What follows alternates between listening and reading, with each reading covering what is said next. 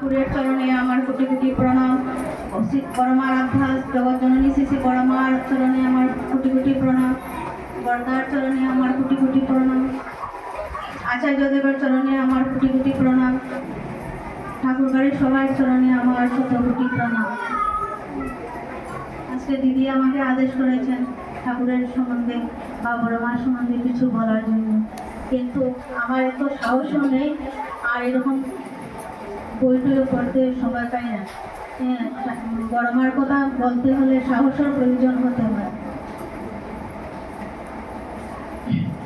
জগৎজননী বড় মা আমাদের এত ছিলেন, কোনোদিন কেউ মানে কাঁধে ঘুমাতে দেখে নাই। সকালে উঠে ভোরবেলা টান টান করে ঠাকুরের জন্য পান বানায় রাখতেন সারাদিনের জন্য। বড় মা তাই ছিলেন। আর কত সমস্যা সমাধান, যার সন্তান নাই সব ঠাকুরের কাছে গেলেই বলতেন, যা তোদের বড় মার কাছে চলে যা। বড় মা সব সময় সমস্যার সমাধান করতেন। একদিন একজন মা আর পিতা, তাদের সন্তান ছিল না, তখন তারা কত কবিরাজ কত ডাক্তার দেখাচ্ছে, কিন্তু তাদের আর সন্তান আদি হয় নাই। তখন লোকেও খুব পরনিন্দা তো করার সবাই সুযোগ পায়, সবাই বলছে ওদের ছেলে মেয়ে নাই এরকম বলছে। তখন তারা কুল না পেয়ে ঠাকুরের কাছে চলে গেল দেওঘরেতে। দেওঘরে গিয়ে ঠাকুরকে যখন বললো, ঠাকুর বললেন, যা তোদের বড় মার কাছে চলে যা। বড় মার কাছে গেলেন, তখন বললেন, যা সামনে বছর একটা পুত্র সন্তান করে নিয়ে আসবে। তখন তাদের কত আনন্দ। পরের বছর তারা একটা পুত্র সন্তান নিয়ে গেল।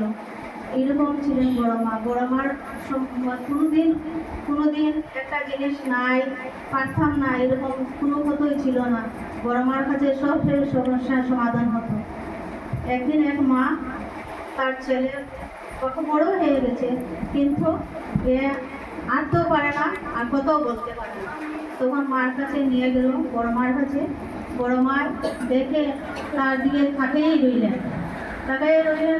কত সময় পরে বড় মা এত জোরে শ্বাসটা পালালেন, তখন বললেন, ওকে দিয়ে কালকে থেকে তুই ইষ্টবিধি করে নিবি, দেখবে সব ঠিক হয়ে যাবে। তখন ওই বড় মাটা চলে গেল। পরের দিন থেকে এরকম করলো, তখন ওই ছেলেটাও ভালো হয়ে গেল। বড় মা জগৎজননী, সবাই বড় মা বলে সবাই জানতো গাই বড় মা।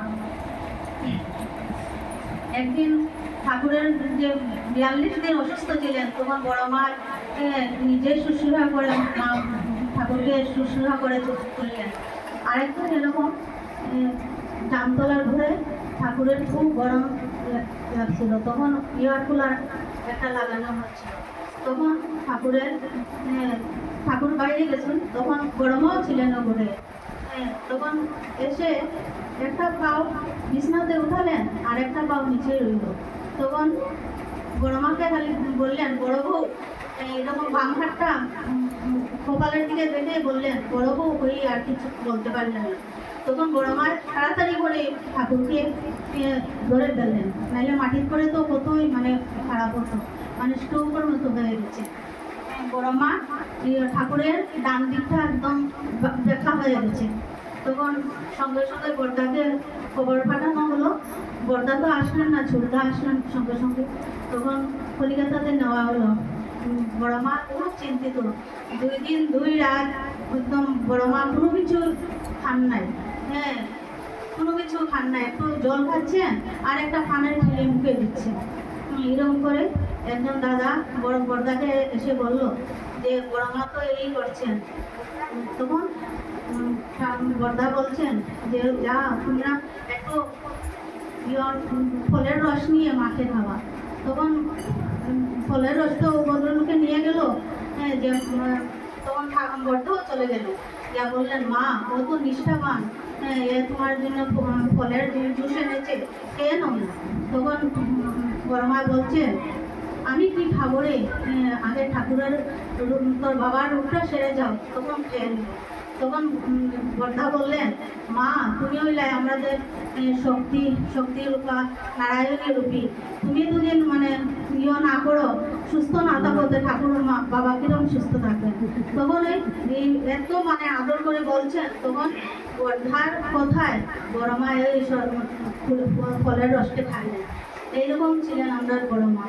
হ্যাঁ, বড় মা মন্দিরে দেওঘরেতে যখন উৎসব হতো, হ্যাঁ, রান্না করা হতো, তখন বর্ধায় মাকে নিয়ে, হ্যাঁ, সব খাওয়ার জিনিসগুলো সব দেখে আনতেন। বর্ধার একটাই বিশ্বাস যে মাকে দেখালে এগুলো আর কোনোদিন মানে কোনো সময় এটা নাই হইত নাই, সব সময় মানে থাকবো খাওয়ার দাওয়ার সব থাকবো। আর কি বলবো, আমি তো এরকম কিছু বলতেও পারি না। আর ভুল ত্রুটি হলে ক্ষমা করবেন। জয় গুরু।